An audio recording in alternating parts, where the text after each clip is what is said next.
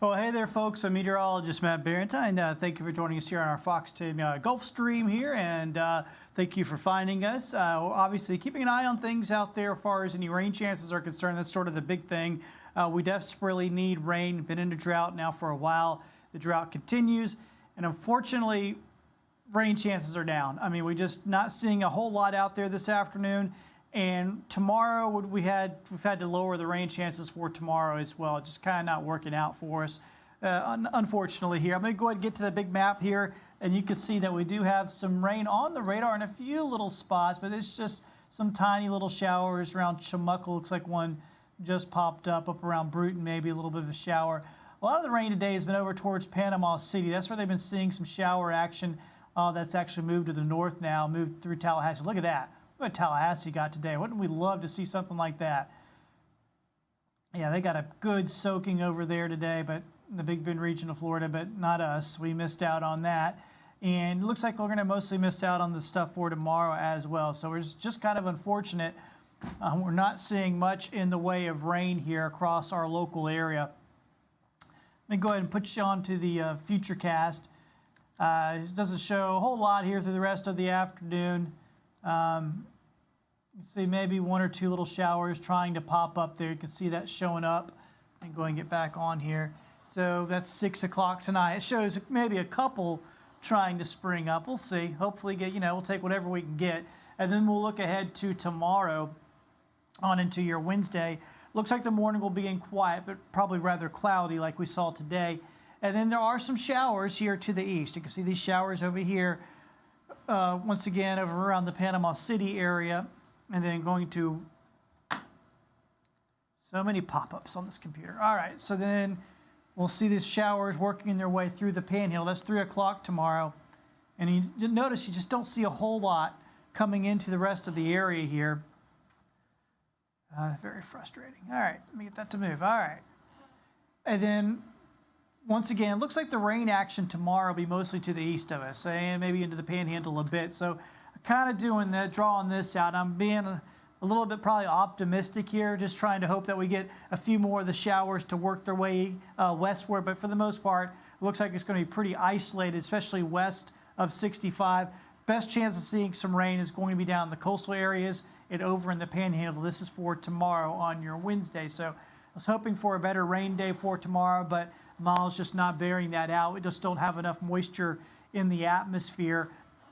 And where the moisture will be is more into the coastal areas over towards the Panhandle. So that's where they're most likely to see that rainfall out there. And you can see, once again, that's the breakdown for tomorrow. Right now, it's currently sitting at 94 degrees at Mobile Regional.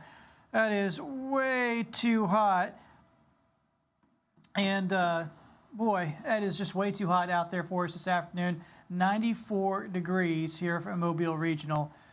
So a hot day, way above average, getting close to record highs. Obviously very uncomfortable. We don't want to do that. But the dew point, actually not too bad at 57. That means it's fairly dry out there for us, here for us. So that means it's not, at least we don't have a, it's heat index on top of all that. Next few hours, temperatures will be in the afternoon here will be in the 80s, dropping back, showing a few showers possibly. Hopefully we get at least a few. I don't think we'll get a whole lot. Waking up tomorrow, here's what we're looking at. Temperature-wise, we'll be in the 70s. It's going to be a cloudy start again to the day, kind of warm and humid, and only isolated showers out there in the morning.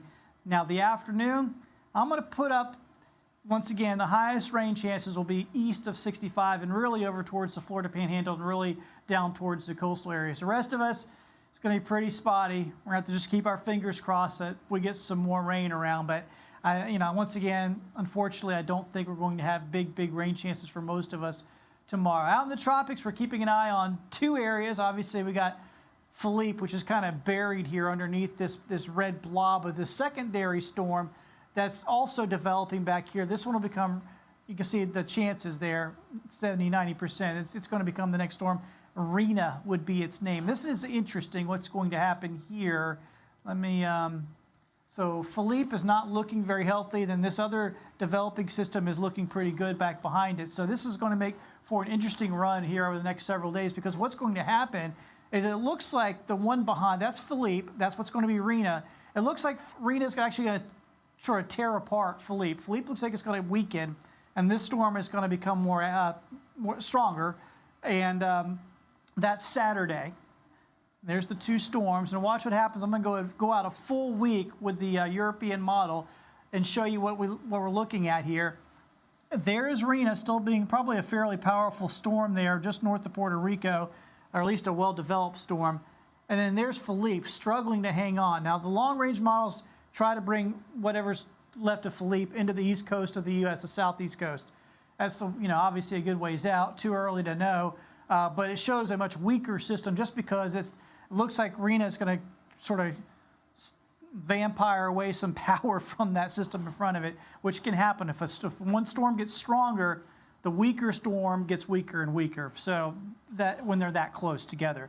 So we'll be keeping an eye on that. It's a very interesting situation. Like I said, that's Philippe. That would be Rena at the same time. And the other thing to note here for us is that nothing happened in the Gulf of Mexico. So we were keeping an eye on yesterday. The Hurricane Center had a spot marked out in the southern Gulf with about a 10% chance of development. They took that off the board. It's not happening, so no worries there. So we're doing good as far as we are concerned out in the tropics. All right, so let's check out your forecast here over the next 6 days. Takes you right on through the end of the week and on into the weekend. And I think the main thing to notice here, well, temperatures. You see the next couple of days, not too bad, but it's not like there's fall air there. It's just that, there's going to be a few extra clouds around, so the temperature is going to be held down a little bit next couple of days. But then you can see we bounce right back to 9 degrees as we head towards the weekend, and we turn dry again with, with the rain chances completely off the board. And I'll show you this here too. Let me go ahead and put up the long range forecast because, frankly, it's not great. I mean, we want to see some fall air. We obviously want some rain. Our rain chance the next couple of days are 40% at best. I'm being fairly optimistic there. It's, we 40% more over towards the Panhandle, really. Not everybody's going to get in on that. October 1st is Sunday, 90 degrees there. And then you can see the following week as we go into October, through the first 5-6 days here of October, upper 80s or right around 90 degrees, and once again dry as well. So staying hot, staying dry, no fall showing up just yet anywhere on there. That's, like I said, that's the unfortunate part, just not seeing any fall air on there anywhere. So I know it's a bummer. We like to see some of that, but it's just not happening at this point. We're just going to have to kind of wait this one out as we go through the next, week and a half there, as you see on the monitor. So that's what we're looking at out there today. I hope you've had yourself a good day so far. Otherwise, we got trying to keep an eye on that radar to see if any of these showers begin bubbling up, and maybe one or two. Anything would be helpful, but so far, just not really getting much of anything going out there so far this afternoon. There hasn't been a whole lot of shower action in our local area.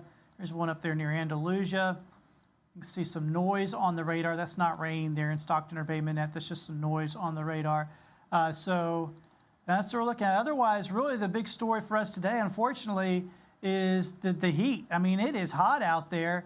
We've hit 94 degrees in Mobile. That is way on up there for the end of September. So that is a hot and toasty day, unfortunately, and we're continuing, seeing that, we've been dealing with above average temperatures here for quite a while now. So the other thing we're going to talk about here, I'm going to give you a definition here. Flash drought. I don't know if you ever heard that term. So this is what we've been dealing with. Remember in August, it was blazing hot, the hottest month ever recorded here on the Gulf Coast, and it didn't rain much. We were down 4 inches of rainfall in that month. So far this month, we're about 3.5 inches down, and even though we haven't been breaking records so much this month, we still stayed above normal all month long. So you factor in the heat, especially that August heat, and then the dry, the deficits here, you get what's called a flash drought. Now, if you can have a month where you have a 4-inch rainfall deficit, and a lot of times it's not really a big deal. Next month things sort of come back, or it's just not that hot that month, and it's not a big deal. But when it's that hot, you get that kind of a rainfall deficit, and you get a lot more evaporation because of the heat. You get what's called a flash drought. So it's a much quicker drought than what you typically get, and that's what we've seen. And now, obviously a good chunk of our area is now in a level 3 to level 4 drought. Level 3 is severe, which is an orange color. Level 4 is the extreme, which is this light red color. And this gets updated every Thursday. And it's likely we're going to see some of the, this spreading. Like the severe area will probably get a little bit larger. The extreme area will likely get a bit larger as well.